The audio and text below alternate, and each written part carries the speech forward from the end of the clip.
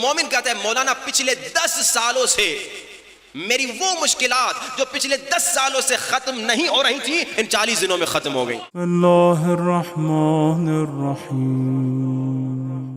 الحمدللہ ہم جب بھی مشکلات میں گرفتار ہوتے ہیں تو اہل بیت سے مدد مانگتے ہیں، اہل بیت کے وسیلے سے فقیری کرتے ہیں، علی مولا کے وسیلے سے فقیری کرتے ہیں، اور اللہ کا کرم الحمدللہ صرف ہم شیعہ نہیں بلکہ اہل سنت بھی، ہمارے سنی بھائی بھی جب مشکلات میں گرفتار ہوتے ہیں نا تو مشکل کشا علی کو بلاتے ہیں۔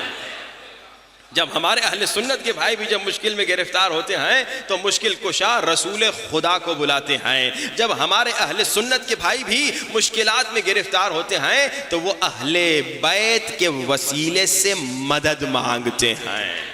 یہ تو ایک عام سنی کی بات نہیں کرنے والا میں، ابھی ایک بزرگ اہل سنت کے عالم بلکہ اہل سنت کے امام ہیں جن کا نام ہے امام شافعی۔ امام شافعی کا شعر سنانے جا رہا ہوں کہ اہل بیت کے متعلق کہتے ہیں آل النبی ذریعتی وہم الیہ وسیلتی ارجو بہم اعطی غدا بید الیمنا صحیفتی۔ عربی کا جملہ ہے، اگر میں خلاصہ کر کے آپ کو ترجمہ اردو میں سناؤں تو گویا امام شافعی اہل سنت کے امام کہتے ہیں کہ آل نبی میری نجات کا وسیلہ ہیں۔ آل نبی میری نجات کا وسیلہ ہے، اگر مجھے نجات ملے گی تو آل نبی کے وسیلے سے ملے گی۔ بلکہ شعر بڑا کمال کا ہے، آل النبی ذریعتی، آل نبی میری نجات کا وسیلہ ہے، وہم الیہ وسیلتی، اور آل نبی اللہ تک پہنچنے کا وسیلہ ہے، آل نبی اللہ تک پہنچنے کا وسیلہ ہے۔ اور کمال کا شعر ہے، کہتے ہیں ارجو بہم اعطی غدن، اور میں امیدوار ہوں، میری امیدیں ہیں غدن یعنی کل قیامت کے دن بید الیمنا صحیفتی، کہ میرے سیدھے ہاتھ میں مجھے اعمال نامہ اگر ملے گا تو آل نبی کے وسیلے سے ملے گا۔ کیونکہ آپ جانتے ہیں قیامت کے دن وسیلہ اگر آپ کے الٹے ہاتھ میں اعمال نامہ ملا یعنی جہنمی، قیامت کے دن کیسے پتا چلے گا یہ جنتی ہے یہ جہنمی؟ اگر الٹے ہاتھ میں اعمال نامہ ملا یعنی جہنمی، لیکن اگر سیدھے ہاتھ میں اعمال نامہ ملا یعنی جنتی۔ تو امام شافعی کہہ رہے ہیں کہ قیامت کے دن اگر مجھے میرا اعمال نامہ سیدھے ہاتھ میں ملے گا تو آل نبی کے وسیلے سے ملے گا۔ ہمارے اہل سنت کے بھی بھائی یہی عقیدہ رکھتے ہیں۔ البتہ ایک گروہ ہے خود کو مسلمان کہتا ہے لیکن وہ کہتا ہے کہ بھائی وسیلے سے مانگنا بدعت ہے، شرک ہے، نعوذ باللہ کفر ہے۔ تو ہم ان سے پوچھتے ہیں تو دنیا میں کیسے آیا؟ وہ جو وسیلے کا انکار کرتے ہیں ہم ان سے پوچھتے ہیں تم وسیلے کا انکار کر رہا ہے تو دنیا میں کیسے آیا؟ اگر تیرے ماں باپ کا وسیلہ نہ ہوتا تو پیدا نہ ہوتا، دنیا میں کیسے آیا؟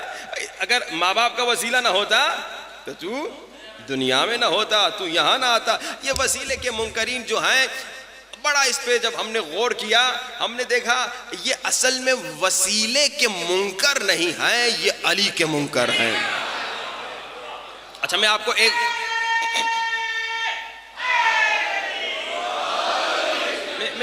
ایک دلیل دیتا ہوں اور پھر گفتگو کو آگے لے چلیں گے۔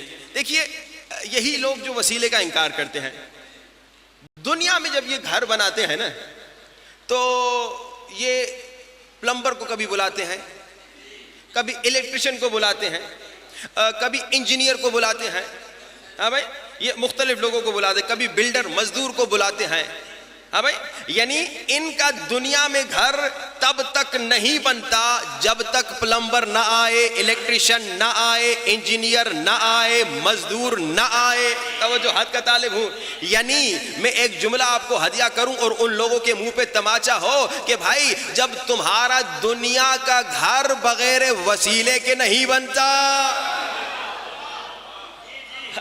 جب تمہارا دنیا کا گھر بغیر وسیلے کے نہیں بنتا تو آخرت میں جنت میں تمہیں بغیر وسیلے کیسے جگہ ملے گی؟ بلند ترین صلوات۔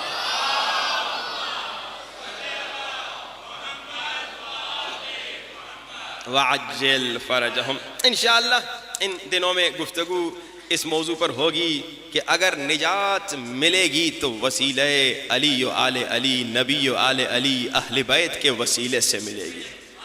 الحمدللہ دیکھیے ہم سب کا عقیدہ یہی ہے کہ ہمیں نجات اہل بیت کے در سے ملے گی، ہمیں نجات اہل بیت کے وسیلے سے ملے گی، شیعوں کا بھی اہل سنت کا بھی۔ لیکن اکثر نظر یہ آیا کہ زبان پر تو یہ عقیدہ ہے مگر دل میں یہ عقیدہ نہیں۔ اور بڑی افسوس کی بات ہے، یہ بڑی افسوسناک بات ہے۔ آپ کہیں مولانا یہ کیا باتیں کر رہے ہیں، ہم تو دل سے مانتے ہیں کہ نجات ہوگی تو علی کے در سے ہوگی، لیکن سچ سچ بتائیے جیسے بیماری آتی ہے، جیسے گھر میں بیماری آتی ہے، آپ کو پہلے علی یاد آتے ہیں یا ڈاکٹر یاد آتا ہے؟ جیسے گھر میں فقیری آتی ہے آپ کو پہلے مولا علی یاد آتے ہیں یا کوئی سیٹھ صاحب؟ بھائی دیکھیں نا، میں تو مشہد میں رہ رہا ہوں سن 2001 سے، میں تو دیکھ رہا ہوں مومنین آتے ہیں بڑے بڑے بیماروں کو لے کر آتے ہیں اور کہتے ہیں جی قبلہ یہ ہم اپنے بابا کو، دادا کو، بھائی کو، بہن کو، جو بھی بیمار ان کا ہوتا ہے امریکہ لے گئے، کینیڈا لے گئے، لنڈن لے گئے، آسٹریلیا لے گئے، اور جب سب نے کہا کہ بچنے کی کوئی امید نہیں تو ہم نے کہا چلو اب امام رضا کے در پہ چلتے ہیں۔ تو میں اکثر یہ سوچتا تھا بچپنے میں، جب بڑا ہونے لگا تو پھر میں کہنا بھی شروع ہو گیا، میں نے کہا دیکھو ڈاکٹر کے ہاں جانے سے منع تو اسلام نے نہیں کیا، لیکن جہاں مصیبت آ گئی پہلے مولا کے در پہ آ جاؤ پھر ڈاکٹر کے ہاں چلے جاؤ، اس میں تو کوئی حرج نہیں۔ یہ کیوں انتظار کر رہے ہو جب سب نے ٹھکرا دیا پھر مولا کے در پہ آ رہے ہو؟ یعنی تمہارا عقیدہ کمزور ہے، یعنی پہلے تمہیں امید نہیں تھی، زبان سے تو کہتے تھے لیکن عملاً پریکٹیکلی تمہاری لائف ایسی نہیں تھی کہ تمہارا امام پر اتنا یقین ہو کہ تم کہو کہ مشکل ہے تو مشکل کشا علی رضا بھی ہے، مشکل ہے تو مشکل سے نجات دلانے والے میرے آقا رضا بھی موجود ہیں، جنہوں نے کتنے بیماروں کو شفا دی، شیعہ ہوں شفا دی، سنی ہوں شفا دی، عیسائی ہوں شفا دی، غیر مسلمان ہوں شفا دی۔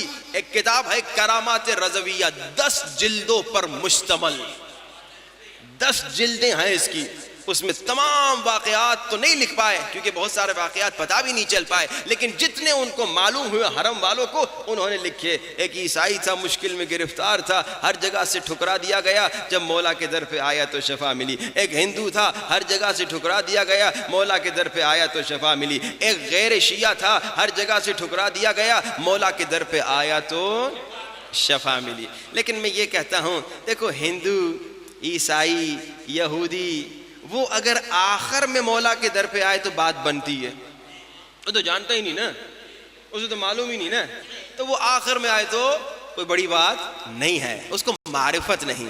لیکن میں شیعہ جو بچپن سے علی علی کرتا ہوا بڑا ہوا، میں بھی اس ہندو عیسائی کی طرح دنیا پوری کو چیک کر کے پوری دنیا سے نا امید ہو کے آخر میں در مولا پہ آؤں تو پھر مجھ میں اور اس میں کیا فرق رہا؟